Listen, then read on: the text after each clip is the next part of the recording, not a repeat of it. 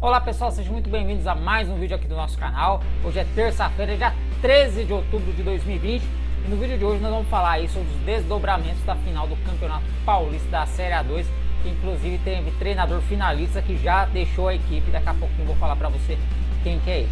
Ainda sobre a Série A2, vamos falar aí sobre a seleção do campeonato, a seleção do campeonato dominada pelas equipes finalistas.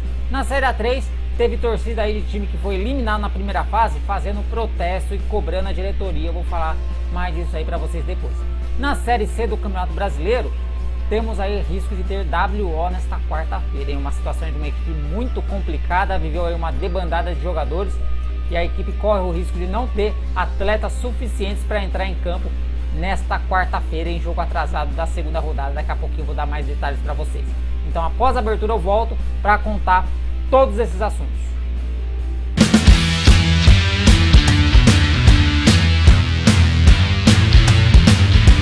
Parou música.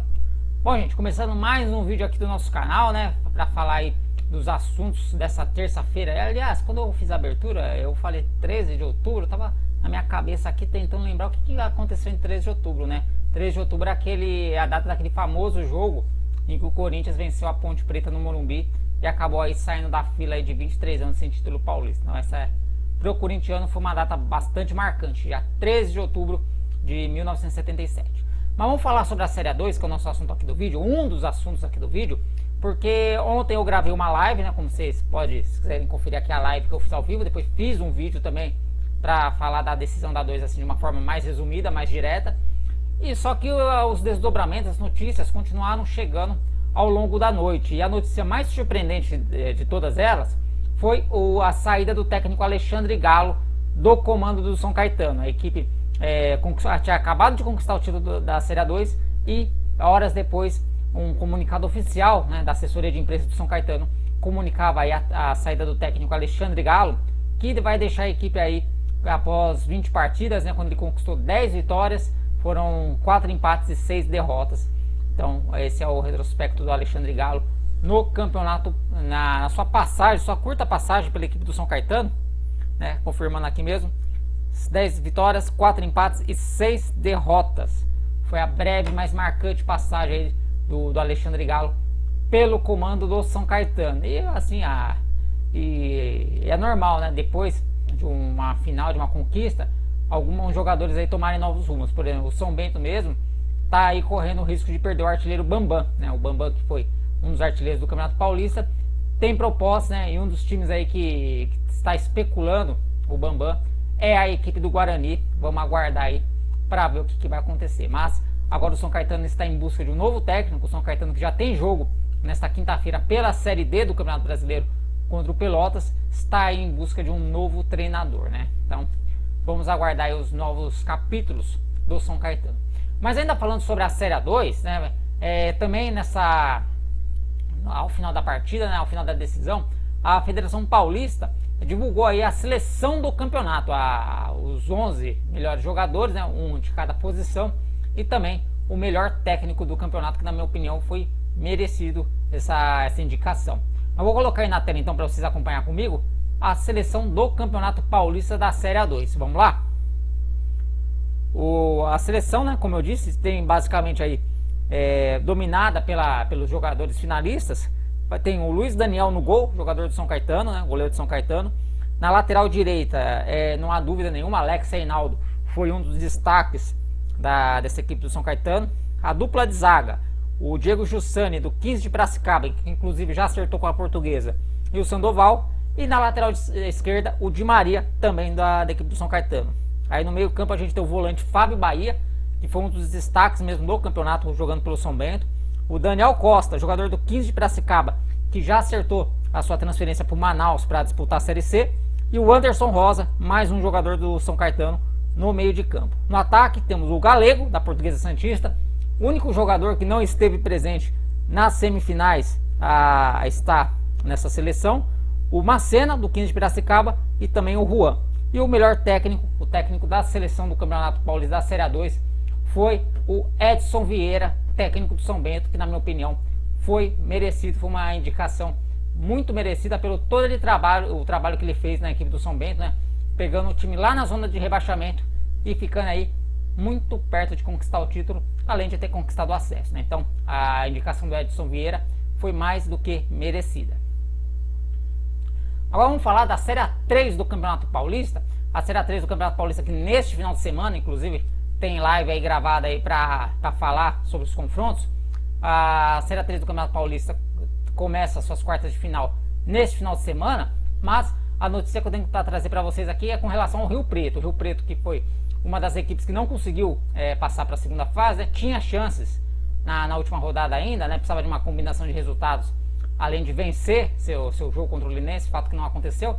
E nessa segunda-feira, um grupo de cerca de 30 torcedores foram até em frente à sede da equipe para protestar contra a não classificação, né?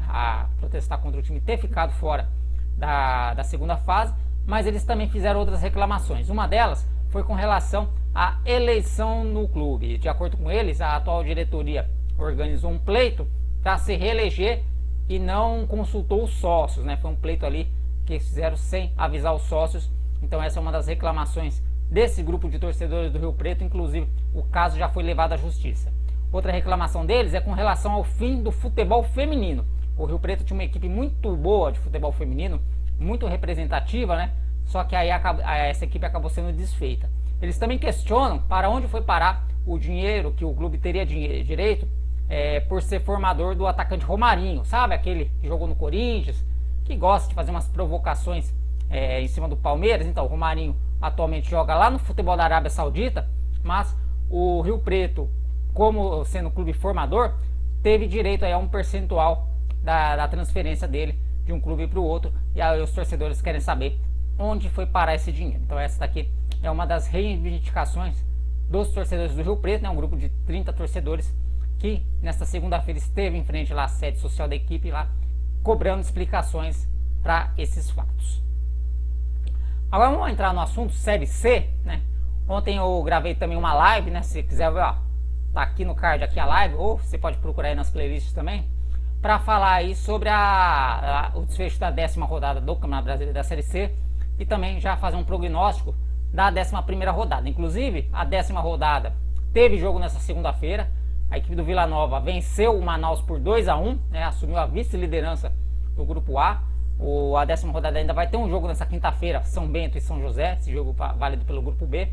Mas, nesta quarta-feira, nós vamos ter um jogo atrasado da segunda rodada entre Imperatriz e o Jacuipense. Esse jogo era para ter sido realizado na segunda rodada, mas como a equipe do Jacuipense estava com vários jogadores infectados, a CBF acabou adiando essa partida e remarcou para esta quinta-feira. O grande problema é que a equipe do Imperatriz, que já vem muito mal na Série C, conquistou um pontinho apenas no seu primeiro jogo lá atrás contra o Remo, né, empate em 0-0.